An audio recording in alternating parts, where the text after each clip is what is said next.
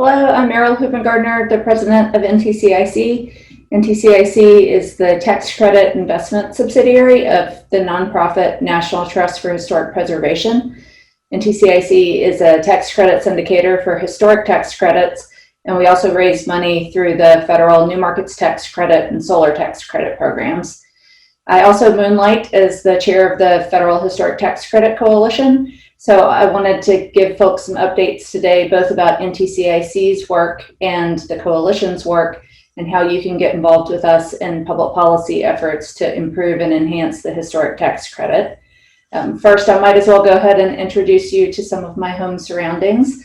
Like many of you, I've been working remotely since March. In our case, Friday, March 13th was the inauspicious day that we all started working from home and my kids got sent home from school. So like many of you, I'm balancing home commitments and work commitments from the confines of our house.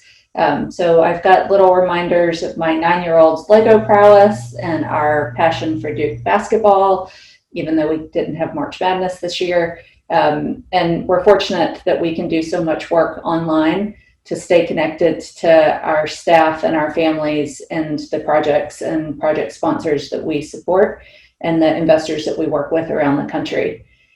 This has definitely been a challenging 2020 for the historic tax credit industry. Our asset management team is certainly working overtime these days to reach out to all of our developer partners and make sure we understand what they're facing on the ground.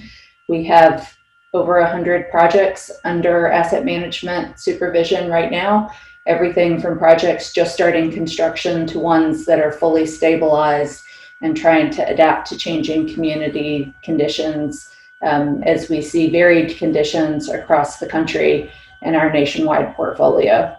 We're also helping our investors get their arms around what the current risks are in the market and where they may need to make changes as they look forward to new transaction opportunities.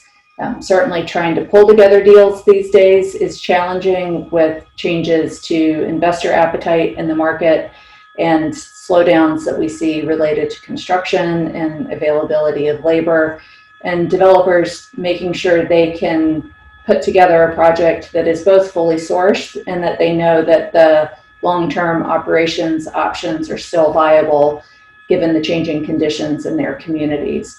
So we are encouraged, I will say, even though it's a challenging time of year, to see the resilience of the developers that we partner with as they've figured out how to nimbly react to the circumstances that they're facing and adapt their business model to make sure that they can survive and hopefully thrive on the other side of this. A big portion of NTCIC's historic tax credit portfolio also includes investments made with the New Markets Tax Credit, where we're investing in economically distressed communities and ensuring that flexible, low-cost capital that you can get through these kinds of tax incentive programs is making community outcomes available to the most underserved in our communities. We were delighted to find out in July that we won another New Markets Tax Credit allocation. We have an additional $50 million and we're actively looking for investment opportunities around the country and prioritizing historic rehab projects that are in severely distressed low-income areas and will have a clear community serving use, which could include mixed-use projects that are generating commercial goods and services, or community impact projects that deliver healthcare or social services to residents of low-income communities. So if you're working on any projects that meet those criteria, please do reach out to us. As we think about other challenges in 2020, we certainly are hopeful that Congress will act again to provide more capital to sustain the projects in which we've invested. The PPP loan has been helpful for a number of our projects. We are hoping that there will be some tax legislation later this year that will also create opportunities to increase the historic tax credit amount from 20 to 30% to bring more capital into our communities for pandemic relief.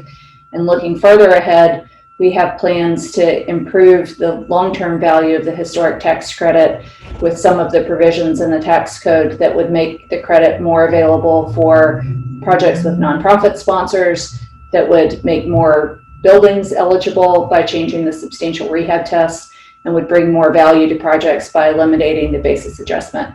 So join us at the Historic Tax Credit Advocacy Workshop at the conference, where we'll be getting into the nuts and bolts of our advocacy plan and how you can get involved in making sure your members of Congress know about the impact of the historic tax credit. One additional thing I wanted to mention is NTCIC's work in collaboration with our parent, the National Trust for Historic Preservation, and other industry partners to address challenges in our communities as people are facing really a reckoning about racial justice issues in our community, and opportunities for historic preservation to be a solution and not part of the problem in exacerbating these long-term challenges. Our parent company has recently announced its third round of funding in their African American Cultural Heritage Action Fund, and we're working with them to identify ways that we can bring more capital to projects that tell the full American story and ensure that this kind of flexible capital is available for more projects.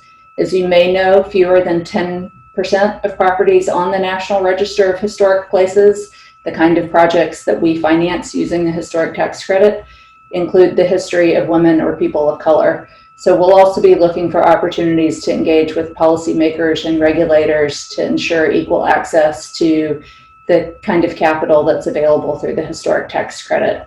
We hope you'll join us in these advocacy efforts, and we hope to see you at the conference. You can meet me and my colleagues virtually, at least, at our booth, and we'll look for you at the advocacy panel. Thank you so much.